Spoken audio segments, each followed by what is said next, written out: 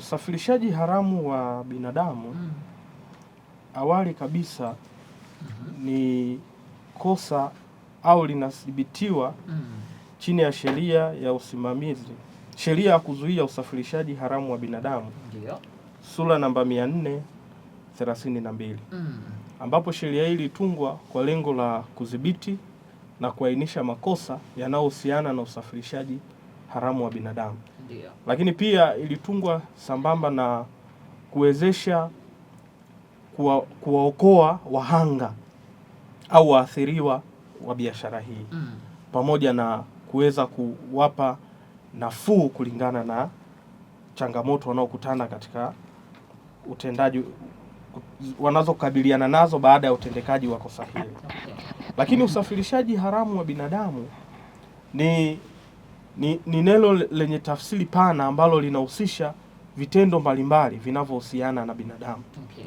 Ambapo ndani ya usafirishaji haramu wa binadamu unahusisha kumsafirisha au kumhamisha, inahusisha kumhifadhi, inahusisha kumwajiri au kumchukua mtu kwa lengo la kazi za ndani, aidha ndani ya mipaka ya Tanzania au nje ya mipaka ya Tanzania.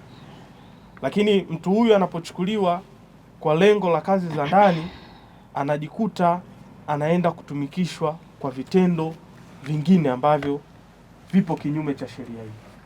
Miongoni mwa vitendo hivyo inaweza akahusishwa au akatumikishwa na masuala ya kingono, au akahusishwa na masuala ya pornografia, au akaanza kutumikishwa kazi kwa lazima. Kwa ni miongoni mwa vitendo vya uhalifu wa kingono au kwa vitendo vya kuanza kuendeshwa kwenye masuala ya kutengeneza maudhui ya pornografia. Lakini pia usafirishaji haramu wa binadamu unahusisha kumsafirisha mtu au kumchukua mtu kwa lengo la kazi za kitalii. Yaani mtu anaweza akaambiwa labda taifa fulani kuna masuala ya kitalii, fika kwenye nchi yetu, anafanyiwa process, anafikishwa hadi kwenye nchi hiyo kwa lengo la kwenda kufanya kazi za utalii, aidha kwenye vivutio vilivyopo kwenye hiyo nchi. Lakini akifika anaanza kutumikishwa kwa nguvu bila kulipwa, au anafika anaanza kuchukuliwa viungo vyake vya kibinadamu, baadhi ya viungo. Wengine siku hizo wanasema mtu anafika anachukuliwa figo, wengine wanafika wanachukuliwa viungo aidha mikono, aidha moyo.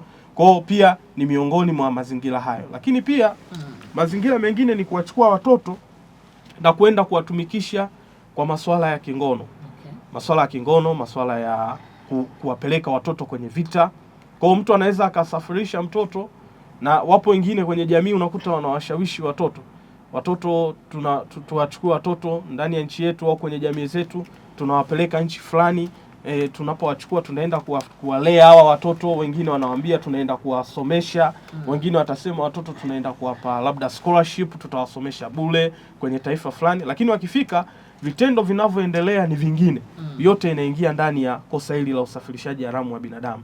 Lakini pia mazingira mengine, mtu anaweza akawabeba watu wenye ulemavu kwa lengo la kuwapa msaada, kwamba tunawapeleka taifa fulani kwa ajili ya kuwapa msaada, kuwawezesha, labda kuwanunulia vifaa vya kuwasaidia. Lakini wakifika kule wanaanza kuwatumikisha kwa lazima, na hii inaenda mbali. Wakati mwingine inaweza ikawa ndani ya nchi yetu. Wapo wengine unakuta anachukua watu wenye ulemavu alafu anaanza kuwatumikisha labda kwa shughuli fulani ambao ni kinyume cha maadili yetu. Hii yote ni miongoni mwa mazingira ambayo yanapelekea kupatikana kwa kosa hili la usafirishaji haramu wa binadamu. Usafirishaji haramu au biashara haramu ya binadamu ni namna gani inahusikana na uhalifu wa kupangwa? Hii tunasema inahusisha uhalifu wa kupangwa kwa sababu umemsikiza wakili Chipamba ameelezea, inakuwa ni kikundi fulani cha watu wanapanga kwamba mimi nitakuwa nitawakusanya, maana yake nitawashawishi wale vijana au watoto au kundi la wanawake kwamba kuna kazi sehemu fulani. Huyo anakuwa kwenye mpango. Kuna wale ambao wanakuwa wanaandaa vibali, labda anataka kutoka nje ya nchi au hata kama ndani ya nchi, labda anatoka Bariadi tunampeleka Dar es Salaam au tunampeleka Mwanza. Kwa hiyo kuna yule mtu wa pili ambaye atakuwa anaandaa mkakati mzima wa ile safari. Kwa hiyo kuna jumuisha kikundi cha watu Hii ni kosa ambalo alihusishi na mtu mmoja. Lazima kuna mpango. Yule anayekwenda kumpokea kule kumhifadhi, naye pia anahusika, naye anakuwa ametenda kosa.